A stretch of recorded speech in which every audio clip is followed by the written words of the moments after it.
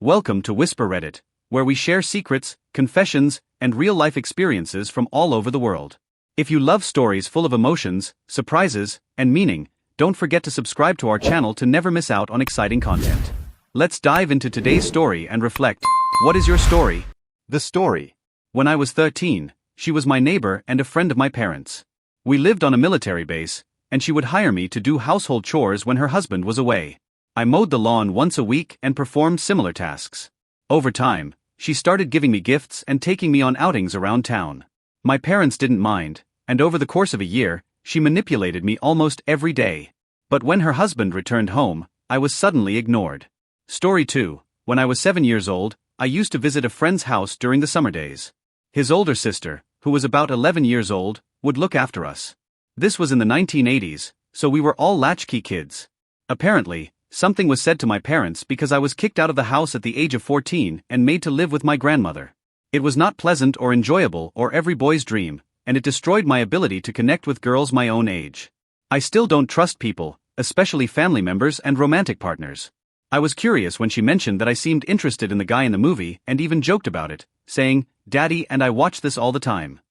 Over time, things took a turn for the worse, and she started acting inappropriately.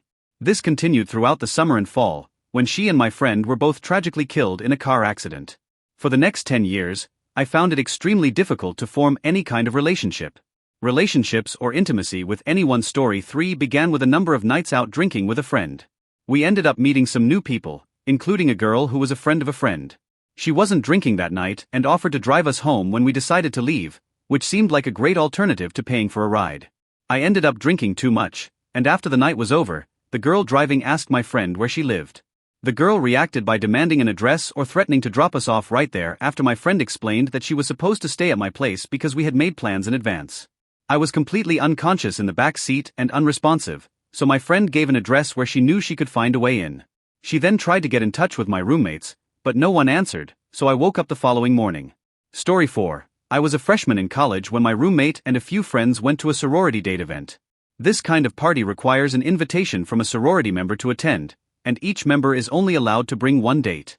I knew some girls in the sorority, so I asked if anyone else was looking for a date, and ended up connecting with a stranger I had never met before. I looked her up on social media, and even though she wasn't my type, I was still grateful for the invitation. She arrived late, and I was already drinking with my friends when she arrived. I offered her a drink, but she said she was sticking to water that night, which was okay with me. She didn't seem interested in talking to anyone, not even the friends she already knew, which gave me a strange feeling. As the night went on, I was probably around a 710 in terms of drunkenness, not out of control, but definitely feeling it because we were underage and knew we couldn't drink at. Despite my better judgment, I took the shot, and she poured another round in the same manner, so even though I had planned to drink beforehand, she asked for a shot just as I was about to lock up and leave for the event. It seemed odd that she wanted to drink now that everyone else had left, but I thought maybe she had changed her mind. She poured 2 shots, one for me that was very full and one for herself that was barely half full. She said cheers. I vaguely remember her dancing and getting very close to me, which made me uncomfortable. I apologized for being too drunk and told her I was going home, suggesting she stay and enjoy the night with her friends, but she insisted on walking me back to my dorm, saying she was ready to leave too. Once we got there, I just wanted to crash, but she insisted that I couldn't go to my room because my roommate was supposedly. She even took my keys and told me that I had to stay in her room because I was too drunk to argue and I had no other option.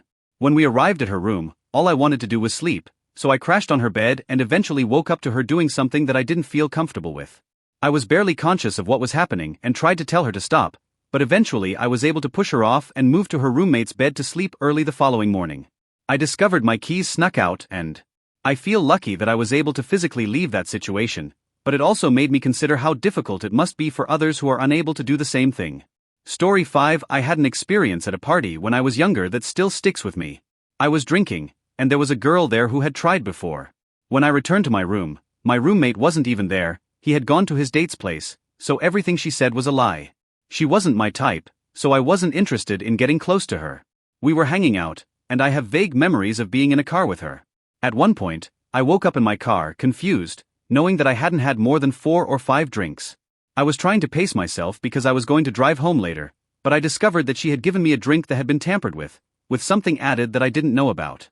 Some of our mutual friends thought it was a joke, but I didn't get the humor. Looking back, it was 2005, and regrettably, circumstances like this weren't taken as seriously as they are now, at least where I was living at the time. To make matters worse, the person involved kept getting in touch with me afterward, even fabricating a story about being pregnant in order to get my attention. I'm now 35 years old, and I've distanced myself from that group of friends and haven't spoken to them in a long time. I'm in a much better place in life now, with a wonderful wife and a fulfilling career, and I've moved past that difficult time. I was honestly surprised and comforted to hear from others who went through similar situations, which made me feel less alone. Story 6. I have a friend who happens to be gay. He's smart, fun to be around, and generally regarded as very good-looking. He's on the shorter side, about 5'4" or 5'5". That conversation ended when she confessed that she was lying and just wanted to make sure I was okay.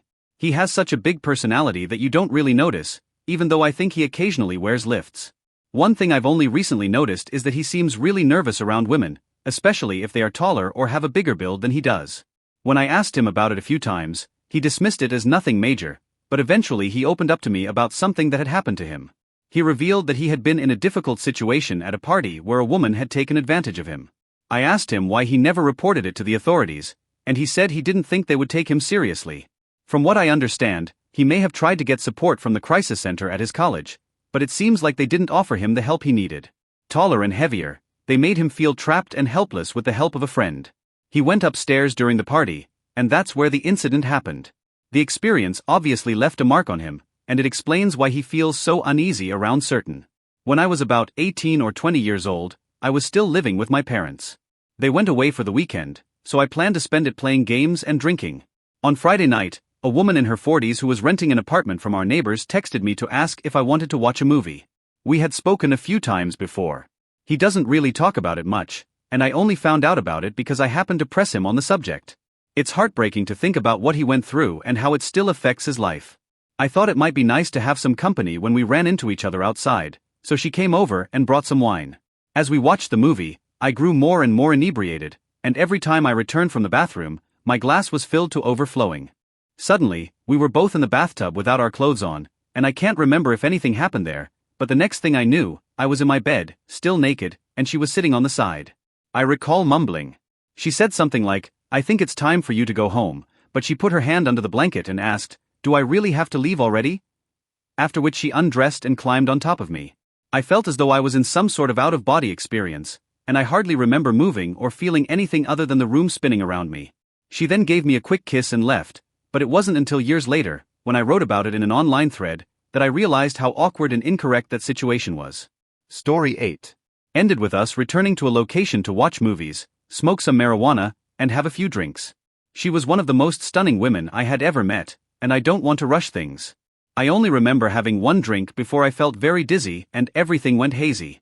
I only remember briefly waking up in a DA with her on top of me, and then I passed out again the following day. She pretended that everything was fine and that she was pleased with what had happened, but I didn't reply to her after that. My junior year of college, I went to a party at another school and ended up getting completely intoxicated. I was a 210-pound rugby player and powerlifter, so I thought I could handle my alcohol. I had been drinking heavily all day when we arrived at a friend's place, and I was already fading in and out of consciousness. Fortunately, everything came back clear and she wasn't pregnant, so I was relieved, but the fact remains that I definitely did not consent to any of it. I was in a relationship at the time, and I felt horrible about the situation, especially since other people at the party found it funny and even took pictures. I later found out that she had practically dragged me, a 200-pound guy, nearly a mile back to her place when I woke up in the morning. I was confused, wearing a shirt but no pants or shoes, and there were signs that something had happened that I couldn't fully remember. I couldn't bring myself to tell my girlfriend because I didn't think anyone would find it funny. I had a sleepover at my friend's house when I was 7 years old. His older sister, who was about 13 at the time, woke me up in the middle of the night and led me to her room, locking the door behind us. I remember feeling uneasy about it and wishing the door had been left open. She took me to her bed and made me take off my pants, initiating contact that made me very uncomfortable. I tried to ask questions, but it was disheartening to see how frequently this kind of thing gets dismissed, especially when it happens to guys. And asked to leave, but she wouldn't let me go after what felt like an eternity. Her mother then erupted in anger, but somehow I was held responsible when my parents discovered that I hadn't really addressed the situation or spoken to me about it. Surprisingly, I was even permitted to return to that friend's house a few months later, where more dubious incidents involving his family occurred. Looking back, I realized that the entire situation was just unhealthy and toxic. Relationships involving consent are more common than people realize. I've had experiences where partners forced me into situations I didn't feel comfortable in or became irate if I didn't comply. I've learned that no matter the situation, consent is important and that it's always acceptable to say no, even in committed relationships. Story 11. When I was 13, I grew up in a small town with few people my own age. Most of my friends were older, ranging in age from 12 to 18. The 18-year-old in. When my parents went out of town for a week, she became my babysitter, coming by to check on me once or twice a day. Since I had already planned to spend the majority of my time with her brother, it seemed like a simple arrangement. Our group was the older sister of one of my closest friends, and she frequently looked out for me like a big sister. We had all grown up playing sports together, and I was accustomed to being around kids who were bigger and stronger than me, which made me a bit tougher and more self-assured. I tried my best to comfort her because I saw her as a close friend, like a big sister, but she was clearly upset and needed someone to talk to. She told me how she was struggling with the idea of moving away for university and how much she would miss her family and friends. After she calmed down, she took a drink from the refrigerator and said she would be back later to check on me. A few hours later, as I was taking a shower, I heard movement outside the bathroom. I was certain I had locked the door, so I dismissed it as my imagination. I froze in horror when my friend's sister entered the shower without clothes. I was shocked and asked, "What are you doing?" She said, "I want to thank you for making you feel better." I begged her to leave, telling her that she was like a sister to me, but she ignored me and mistook my confusion and fear for something else. After it was over, she casually told me to clean up, acting as though nothing had happened. I stood there in shock for at least 20 minutes while she ordered a pizza, unable to move. When I finally pulled myself together and got out of the shower, I saw her in the living room, obviously intoxicated, though I hadn't noticed if she smelled of alcohol earlier. I asked her to leave again, still in shock, but she laughed it off, telling me to be thankful that this was my first time with an older person. She dismissed my feelings, saying that no one would believe me if I told anyone because men can't be victims. Made me feel helpless and silenced, so I played along with her to get her to leave. After an hour or so, she finally went home, and I believed her when she said that no one would support me. For the next 6 months, I avoided going to my friend's house until she left for university, and years later, I learned that she is now a doctor in Florida who leads a respectable life. According to her brother, she battled substance abuse in her late teens but was able to overcome it. Turn her life around by the time she was 20, and even though I hope she's doing well, I never want to see her again. Story 12. I told my wife, who is now my ex-wife, that I wanted a divorce because I was emotionally done with the marriage, but neither of us had the money to leave, so we stayed together. She didn't want the kids to know about our separation yet, so we continued to share a bed instead of me sleeping on the couch. I made it clear that while I was depressed at the time, and I was taking a combination of Tylenol PM Badril and NyQuil every night to help me sleep. One night, I took about 15 Tylenol PMs and Benadryl, followed by some NyQuil, and I almost passed out in the shower, but I managed to get into bed and stay completely out of it. The following morning, I woke up to her talking about how wonderful last night was, and I was perplexed because I couldn't recall at the time. I was barely conscious, not speaking, and not even aware of what was happening, so I didn't say no when she asked if I was okay with our intimate night the night before.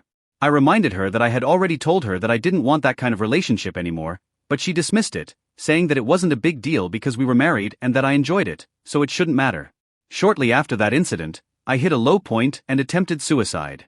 Although it wasn't directly related to that incident, it undoubtedly influenced my mental state after I was discharged from the hospital and moved out permanently. I told a few friends that I felt what had happened to me was wrong, and they agreed that my boundaries had been crossed during a text-based argument with my ex during the divorce process.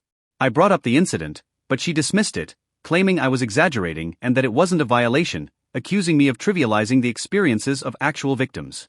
Story 13. When I was about 18 and in my first year of college, I was getting ready to go out to a bar with some friends. Like many students, we were pre-drinking to save money, but I ended up drinking too much and finishing a bottle of beer by myself. I completely passed out before we even left to go out, and the next thing I remember is waking up at 4 in the morning. When I woke up, she seemed confused, quickly got off me, covered herself, and suggested that I leave. Her reaction made me feel like I had done something wrong, even though I didn't understand what had just happened. I staggered back to my own room, still dazed and unsure of what had happened, even though I knew I was in a random dorm room with someone on top of me. As my vision cleared, I realized it was a very close friend of mine from our group. Up until that point, we were just good friends with no signs of anything romantic or physical between us. Didn't consent and couldn't have in that state. I feel conflicted about the entire situation, which is odd because I don't feel particularly hurt by it. Instead, I feel very neutral and unsure of what it means. Story 14. It was a Halloween party after college, and I ended up getting really drunk and eventually passing out on a table.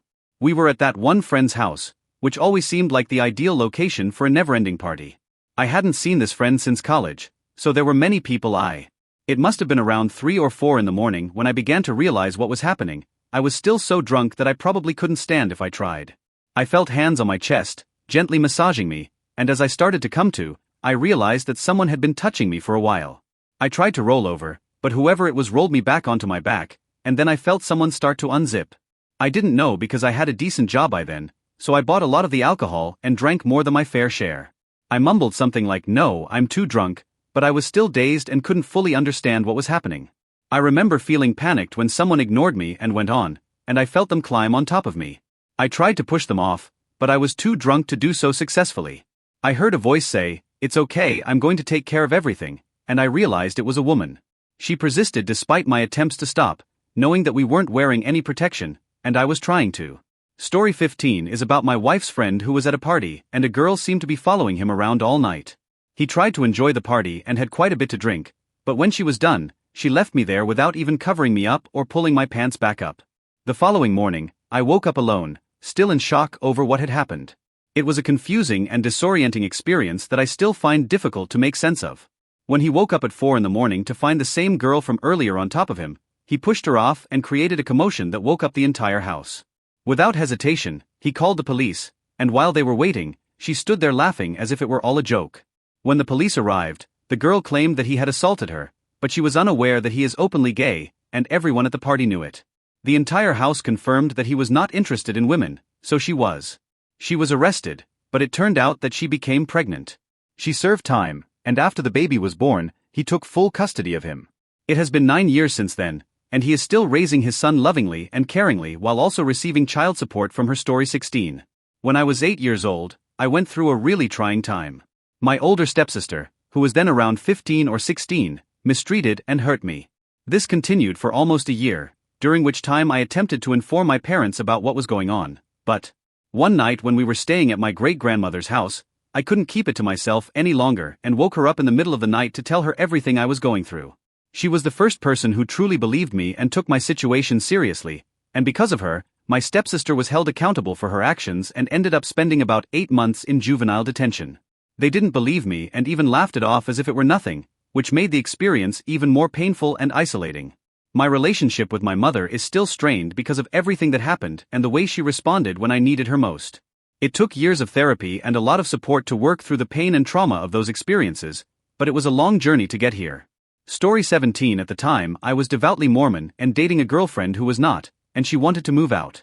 After she was released, my great-grandmother and great-grandfather took me in and raised me, providing me with a safer environment to grow up in. As our relationship developed, she started saying things like, "If you loved me, you would do this for me," which made me feel bad for not wanting to pursue it further. One day, while we were making out, things quickly got out of control, and before I could fully comprehend or stop what was happening, it was too late. When it was over, I felt completely overwhelmed and left the room. The rest of that day was awful, and I didn't want to be around her or even be around her.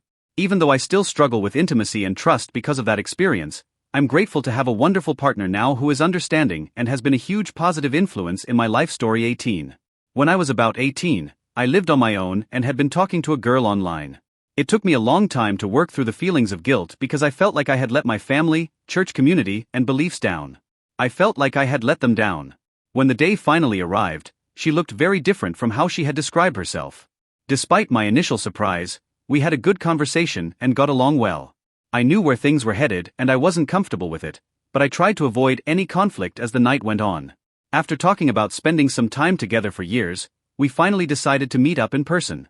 I believed everything she told me about her appearance and had expectations based on that. Take things to the next level.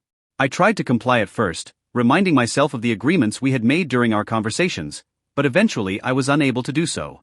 I told her that she deserved someone who would truly value her, and we decided not to follow through. Later that night, I slept on the couch, and when I woke up, she was on top of me, ignoring my protests. I told her no, but she ignored me, and I felt stuck and lost, so I just waited for it to be. I recently told my wife about what happened for the first time, and sharing it has helped me realize that I wasn't alone in how I felt. For a long time, I struggled with feelings of shame, guilt, and confusion, and the memory of that night lingered with me even down to the smell of her perfume. I'm 32 years old, married, and have 2 children. Talking about it and realizing that others have experienced similar things has helped me understand why I felt the way I did. I appreciate you allowing me to share my story. I was in college, around age 21 or 22, and I had just started dating a girl who would be my girlfriend for a little over 5 years. One night, I went out to bars with a friend, and we had a few drinks while meeting up with some other people. We ran into a mutual friend from freshman year, a girl who had expressed interest in me at the time. She bought us drinks, and that's when my memory of the night becomes fuzzy. I clearly recall having only 3 or 4 drinks. The following morning, I woke up to find her on top of me in my bed. In a panic, I pushed her off and onto the floor, trying to be somewhat polite by asking her to leave and making sure she had a way to get home, even though I was feeling shocked and uncomfortable. I felt extremely embarrassed as I walked her downstairs, worried that my roommates might see what had happened after she left. The course of a few hours shouldn't have been enough to affect me so strongly, especially since I was used to drinking more. When I returned to my room, I discovered blood on my bed and some broken items on my nightstand. I had the worst hangover of my life and couldn't understand how I got there after just a few drinks. My roommate told me that I had come home the previous evening in a state he thought was hilarious, saying I was barely able to walk, crawling up the stairs and stumbling into the cabinets. I was upset that he thought it was funny, especially since he knew I was seeing someone else and was serious about her. Whether on purpose or by accident, I got tested right away and told my girlfriend what had happened. I was crying and worried that she might leave me because of what had happened. It took me a long time to get over the experience, but I was really happy for my girlfriend at the time, and she was very understanding and supportive, responding in the best way I could have hoped for. Even though it has been years since that night, it still affects me, and I haven't told anyone else about it. Aside from her, it still causes me to have trouble trusting people in relationships, but knowing that someone was there for me during that trying time made all the difference. Story 20. I was going through a really difficult time in my life. I was a single father who was having financial difficulties, and my social life was in ruins. I was feeling very alone at the time. I had a good friend who worked with me, and he rented a room from a guy who was the stereotypical tough guy who had loud parties, and we used to hang out at his place, and occasionally I had a crush on his girlfriend, whom he didn't treat well at all. She was intelligent, successful, and attractive, and one night I ended up getting really drunk there, and she and another woman took advantage of me. I don't remember everything that happened because I was drifting in and out of consciousness, but I know they didn't respect my boundaries because I remember trying. I had no idea who the other girl was, but they seemed to work together as a team. Story 21. This experience still haunts me because I have epilepsy and suffer from Tourette-induced tonic-clonic seizures, which cause my body to convulse uncontrollably while I'm still conscious. Before that night, I thought she was truly amazing, but after what happened, I couldn't see her in the same light after she changed into someone I didn't want anything to do with anymore. My fiancé seemed excited by my condition and began inappropriately touching me to get a reaction from me. When I asked her what she was doing, she simply said that she had been waiting for this moment. I asked her to stop, but she didn't listen. I was in excruciating pain, my head thrashing against the headboard, and I was too weak to fight back despite my attempts to stop it. I was engaged at the time. In spite of my protests and attempts to push her away, she simply brushed my arms aside and laughed as she did so, leaving me feeling helpless and trapped in my own body while someone I loved ignored my pain and suffering for her own enjoyment. After that, I was left in bed, unable to move or leave, feeling completely broken. She even laughed at my tears and told me to stop crying, which still makes me feel ashamed. Fortunately, the marriage didn't last long. I got divorced from her within a few months, but even though I moved on, I will never be able to forgive or forget what she did. It's a memory that I still find difficult to deal with. To put it another way, I was at a very low point in my life, dealing with mental health issues, a lack of confidence, and major depression. I started dating a girl who seemed wonderful. She was understanding and supportive of my struggles, but I didn't want to rely on her too much, so I made sure I wasn't dependent on her, even though she was a major help at first. Everything in our relationship, including the physical aspects, was going well. However, after a few months, she changed and became very demanding about intimacy. Even though I wasn't always in the mood, I felt compelled to comply for her sake, and it got worse to the point where I would repeatedly say no before giving in after hours of her persistence. I began sleeping with my clothes on and making excuses to avoid seeing her when I tried to break up with her. Health resisted me by saying things like, "It's just one of your moments, everything is fine," or "You're just afraid you'll hurt me." We attended the same college, so I saw her frequently, and she persisted in pressuring me to stay with her. One day, during a fight in the college cafe, she began yelling extremely personal details about my life, which made me extremely anxious. I screamed that she had hurt me several times, but she remained silent and fled into the restroom, where I sobbed in front of our peers. A panic attack while everyone was just staring. The incident was reported to the college, and even though I spoke to the police about it, I was suspended for a month. My college pressured me to not pursue the case further, and only my closest friends have supported me throughout this entire ordeal. Story 23. This story involves more coercion than outright force. It involved a college friend that I reconnected with a few years after we graduated, and she had crossed boundaries. I tried to give her another chance because I was lonely and didn't have many trustworthy friends at the time.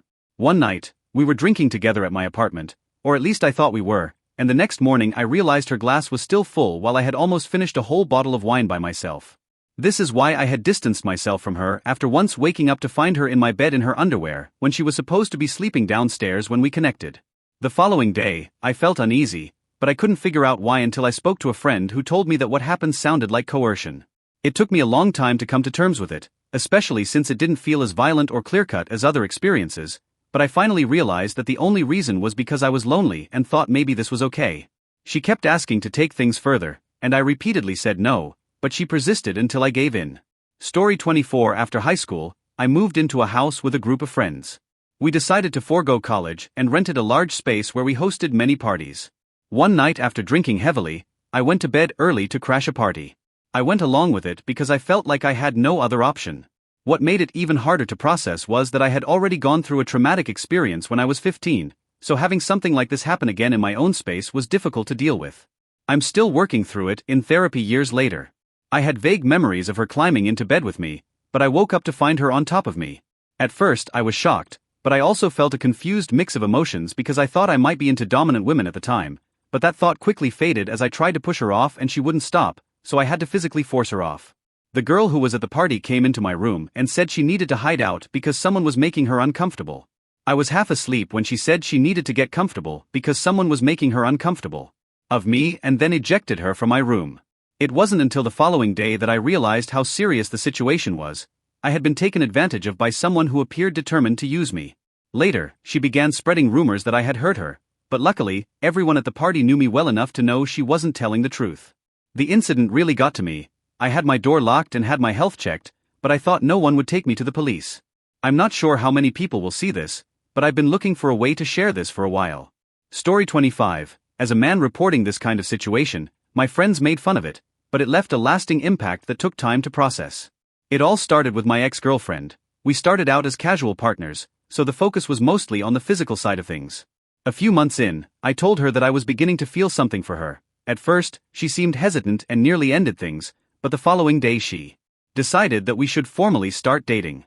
As time passed, I experienced some personal difficulties, including becoming ill, having worsening anxiety, and even going into depression. I had to have surgery, start therapy, and start taking medication. During all of that, my interest in intimacy simply diminished. It wasn't because I didn't love her or think she was attractive. Rather, I simply realized that physical intimacy wasn't as important to me.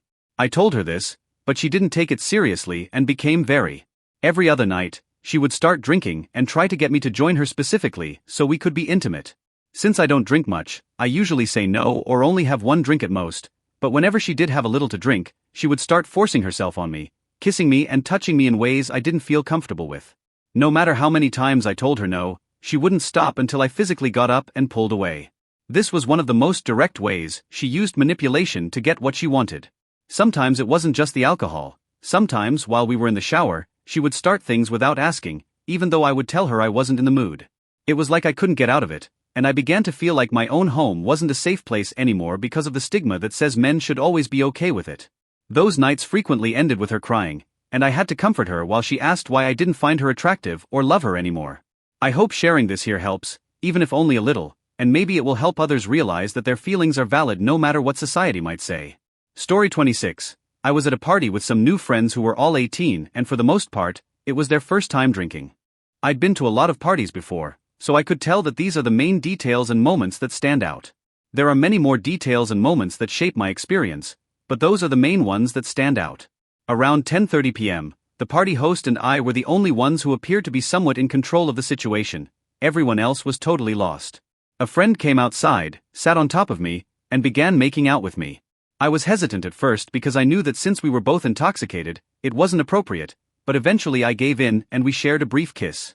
I went outside to get some more drinks from the cooler and chose to lay down on a table to gaze up at the lights on the gazebo. As this was going on, I kept saying things like, "We shouldn't do this, we can't give consent when we're both drunk," but she insisted that it was okay, "I just want to be close." She kept holding my hands and putting them under her shirt, and at one point she tried to move them lower, but fortunately her belt stopped that from going any further. I thought it might be a good idea to record the situation on my phone, just in case anything happened later. I put my phone down next to me, so it only recorded audio, not video. I started calling out for the host in the hopes that someone would come help, but as soon as he opened the door, she quickly got off of me and pretended nothing had happened. The following morning, she sent me a message on Snapchat apologizing for what had happened. After giving it some thought, I thought about taking action or filing charges, but I decided against it because I wasn't comfortable with the way things usually work out in these situations. Didn't want to ruin her life. She was young, intelligent, well-respected in the community, and a leader at our school. Although I decided to move on, I've been worried that she might bring it up with our friends, and I still find it awkward to be by herself with her. The entire experience left me feeling confused and anxious, and it's been difficult to process. I hope that sharing this story will help someone else understand that their feelings are valid regardless of what others may think. Story 27. When I was 20, I was working for my university, and we had an older coworker who had been flirting with me for years and had expressed interest in hooking up. Took advantage of my semi-conscious state after I passed out in a friend's bed during a year-end party. I woke up the following morning feeling as though something had gone wrong, especially when I couldn't find my pants from the previous night. Later that day, a mutual friend asked if I had enjoyed myself with her the night before, which made me realize that something had. I'm now 23 years old, and I still feel conflicted about the experience. Many of our mutual friends seemed upset that I claimed I didn't remember what happened or didn't enjoy it as if I was supposed to, but eventually another friend told me he had walked in on the situation and immediately stopped her because he knew I wasn't interested. He had helped me leave the party when I was passing out and made sure I got home safely. I've struggled with intimacy and what actually happened since that night because she was interested.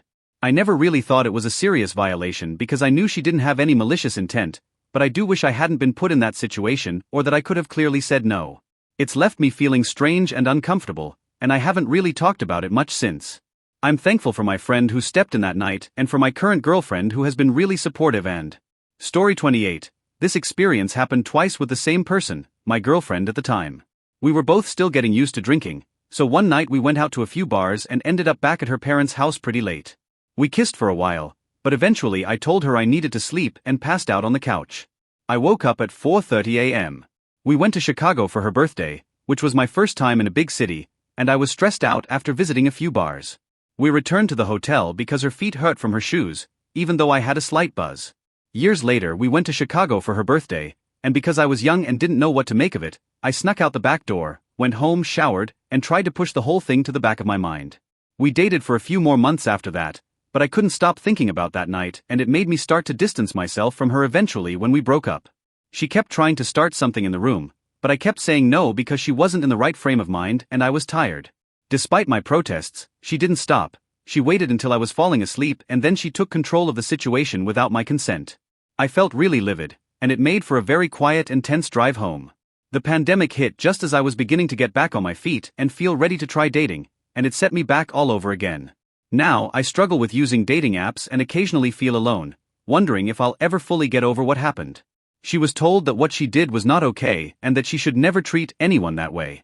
Her only response was, "Okay, good to know."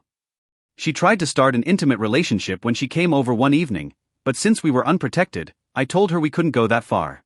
We played around a little, but eventually she climbed on top of me and tried to push things further. I kept saying no, but she persisted, and at one point she said, "Just let me put the tip in." I reluctantly agreed, assuming it wouldn't go any further, but she pushed me all the way in, and when I tried to remove her, she apologized and begged, saying she just needed to. Feeling it for a moment, she began to move, and even though I repeatedly told her no, I couldn't help but give in because it felt good. She assured me it would be okay and told me to pull out before I finished, but when I finally said, "Okay, I'm about to come get off," she locked her legs around me and took things a step further. I struggled to get her off, and eventually I finished inside her, but I had to hide my rage and beg her to take the. Story 30. I dated a girl for many years and was deeply in love with her for the last couple of years. She had been planning to break up with me after finishing nursing school, and she did just that. She left me for her study buddy just days after the breakup, and a female friend I had known since I was 12 invited me out for drinks at a bar with another longtime friend. I took her to the store to buy the expensive pill in the morning and made sure she took it before I expressed my frustration and made the decision to end things. Was a fantastic night, and they truly helped me through this difficult time, but they were pouring me beer, and I soon got hammered. Eventually, they introduced me to another girl they had brought along, but I was already pretty drunk and felt bad about saying it. She wasn't pretty, but her appearance has always stuck in my memory as looking like a character from Star Wars, so even though I was hesitant, they urged me to go make out with her outside. At that point, I was almost completely inebriated. All I can recall is that she was extremely violent, bit my lip so hard that she drew blood, and then she left. My two friends informed me that she was waiting for me to come home in her car, and it's crucial to note that she was completely sober. This felt planned. On the way home, we discussed sex extensively, and I found myself disclosing information about my previous relationship, which felt strange but made sense at the time.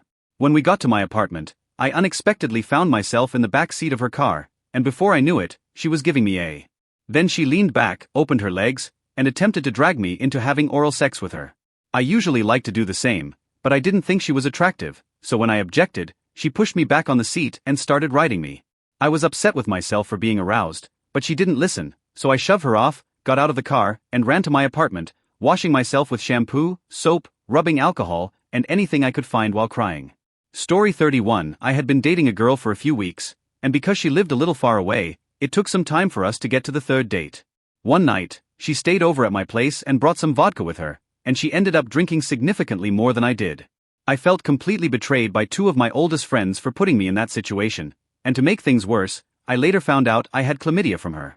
Fortunately, it was easily treatable with a single pill, but the experience was terrifying and extremely unsettling. And she became so physical that I suggested we just go to bed in the hopes that she would stop. Once we were in bed, she climbed on top of me and started kissing and undressing me, but then she started biting and scratching me quite hard, especially on my neck, chest, and shoulders. I kept telling her to stop, but it seemed like she didn't hear me. I told her that it hurt, but she pulled my boxers down and kept going, making me feel frozen. I tried to hold her hands too. She climbed off me, went to the bathroom, and then came back and passed out.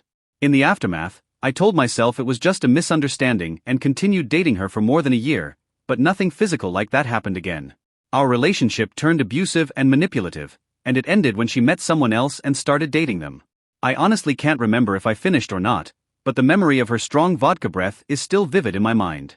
Story 32. I was house-sitting for a wealthy friend who was going out of state for a week, and it felt like a little vacation for me. In this large house, a girl I had become friends with over the past few months asked if she could stay with me while she was still with me. She told our friends that it was because I had been unfaithful. Looking back, I realized how important those early experiences were and how they shaped my understanding of relationships. I had a personal rule about not getting involved with friends' ex-partners, and that night I had a double shot of rum and coke, a drink I regularly enjoyed without any problems. About 15 minutes into the movie, I started feeling really sleepy. I apologized for being a bad host and suggested that I might just take a quick nap to recharge. The next thing I remember is waking up around 11 p.m. Because she had dated one of my other friends before, but no romantic interest. It took me a few moments to come to my senses and realize what was going on, so I pushed her away and told her I needed some water. I ended up sitting on my friend's back porch, naked in the snow, drinking water and trying to process everything when she came outside and casually told me to come back in. She laughed and revealed that she had crushed 2 bars of Xanax and a barbit and mixed them into my drink. I was shocked and didn't speak to her again after that. This experience left me with long-lasting effects for a few years. I was unable to order a drink at a bar unless I could see it made in front of me. I developed serious trust issues, and I went from being the life of the party to being afraid to drink with anyone else. My friend, a nurse, later told me that she could have easily harmed me seriously. Ironically, the fact that she did what she did probably saved my life in some way. Had I been left on the couch, I might have stopped breathing. I lived with my best friend at the time, and she was very pushy and persistent about getting closer, but I wasn't interested. That night, I woke up to her biting and kissing my ear and neck with her hand in my boxers. I told her to stop, and she ended up sleeping on the couch. Another experience that left me feeling pretty uneasy and changed my perspective on intimacy was when a friend of a friend returned to our place after a night at the pub. We went back to Tinder's after a hike, and after getting pretty drunk, she kissed me, which I was okay with, but I had said that I wasn't ready to go further and that I wanted to wait for a few more dates. She persisted in pushing the boundary, and I felt a lot of pressure, so I finally gave in, feeling like I had to do it, which I now regret when it didn't work out as planned. The pressure and nerves prevented me from getting aroused, and she made me feel terrible about it afterwards. This experience has affected every sexual encounter since. It's a serious matter, and experiences like these, regardless of how they play out, can significantly affect your mental state. Story 34. When I was 13, I was staying at the house of a friend who was one of the few people I felt close to at the time. She had a sexual assault, but I wouldn't classify either of these experiences as outright rape because they left me feeling dirty and ashamed. I've only shared this with a couple of my closest friends because I feel embarrassed about getting into those situations. I didn't reciprocate her crush on me. My mom was in the hospital recovering from major brain surgery, and I was there to help my dad. For the first few days, everything seemed normal, but she soon started pressuring me into a relationship. I kept trying to change the topic and say no, but she wouldn't take no for an answer. That night, she threatened to tell her parents that I had behaved inappropriately toward her, which could cause issues for my family. I apologized to my mom while she was in the hospital, even though I didn't fully understand why, and the situation only stopped when her older sister arrived and forced her to make an excuse. A few weeks later, I tried to confide in a school counselor about what had happened, but instead of receiving support, I was dismissed, with the counselor implying that I was lying and acting out because of my mom's situation. They didn't even get in touch with my dad, who is autistic, so I felt alone and trapped. Eventually, I found a true friend who helped me get out of that situation after I was alone and allowed the abuse to continue throughout 8th grade. Unfortunately, that girl went on to abuse others by the time we graduated from high school. Looking back, I am angry at the middle school counselor for not believing me and for not helping me when I needed it. Story 35. I had a friend who was dating a woman in an open relationship. She had a partner and children, but she was a petite mechanic, which caught my attention one night when we went out. My friend had mentioned that their only restriction was that she couldn't have sex with any of his friends. As the evening wore on, my friend vanished, and I discovered him sobbing and leaning against a tire in an alley behind the bar. I assumed he was simply intoxicated, so I helped him to the car. I then went back inside to find the woman in the hopes of persuading her to assist us, and I heard her calling him by name on the other side of the bar. I caught up with her as she turned the corner and told her what had happened to my friend. After we returned to my apartment and got my friend settled on the couch, I checked on him and then she followed me to my room to crash. She started trying to take off my pants right away and shut the door behind her. I told her no firmly, explaining that even though I thought she was attractive, we were obviously going too far given my friend's state, but she persisted. To strip me down, I was shocked. I could have overpowered her, but I didn't even think about it at the time. Eventually she calmed down, and I was relieved enough to go to bed, thinking it was over, but after we talked for 15 to 20 minutes, she abruptly darted under the sheets and started having oral sex with me. I was shocked and in a panic, I tried to pull her off me, but she straddled me, and before I knew it, I was inside her. I felt overwhelmed and didn't know how to respond, so I went along with it even though. Despite my reservations, she lay next to me, and I asked her if she wouldn't at least have the grace to keep it from my friend. The following day, I told him everything that had happened, but he left with her anyhow. A few minutes later, I got a call informing me that he had hit his car too hard and spun it out. I felt sorry for him, knowing how upset he was, and I hope he's doing well now. Story 36. I was in a relationship with a woman who at first glance seemed like a charming, talented hippie artist, but throughout our time together, I experienced constant gaslighting from her, and she rarely shared her plans for the next week. Before I realized it, we had unintentionally moved in together. She had a history of childhood abuse, and I saw her have a few flashbacks while we were together. She was marked by darkness. We shared her children week on week off, and during the weeks without them, she would frequently become extremely depressed and exhibit signs of bipolar disorder. She said she wanted more children but would wait until late at night to have sex. I was tricked into getting her pregnant twice, both of which ended in abortion. The second time, I was asleep when she climbed on top of me, and I woke up feeling disgusted by the lack of real intimacy. She got up and went for a walk around the block in her dressing gown after months of arguing and yelling, and I finally left after 4 months, though it felt like much longer. After 5 years of self-development, I still struggle to form new relationships. I wish I could feel better and open myself up to love again, but more and more of my dreams feature struggling women who reflect the emotional turmoil I went through during that time. I even found myself apologizing to her eldest child, saying I just kept getting in the way during that relationship, and I was not even allowed to bring my computer to her house. Story 37. When I went to visit my cousins for Thanksgiving, they suggested that we attend a party with some of their friends. One of their friends showed a lot of interest in me right away, but even though she was nice, I wasn't attracted to her. The party was typical for that age, with drinking and marijuana, and I had a few beers. At one point, The girl offered me a screwdriver, and I accepted without question because she was friendly and friends with my cousins, so I had no reason to be suspicious. Shortly after drinking it, I started feeling ill, and everything started to fade. I recall feeling someone guiding me to another room, and then all of a sudden I was on a bed with my shorts around my ankles, realizing it was the same girl. I felt like I was hardly there, and I couldn't bring myself to say anything coherent, so she got me hard and put a condom on. At least she cared about that. I managed to slur I didn't want to, but it was too late. She rode me until I arrived, and then simply left me unconscious. One of my cousins later located me and kept getting excited, saying, "Wow, you got some nice great way to spend Thanksgiving break," but he didn't. Years passed before I finally accepted that I had been raped. I never saw the girl again and have forgotten her name, but I will always remember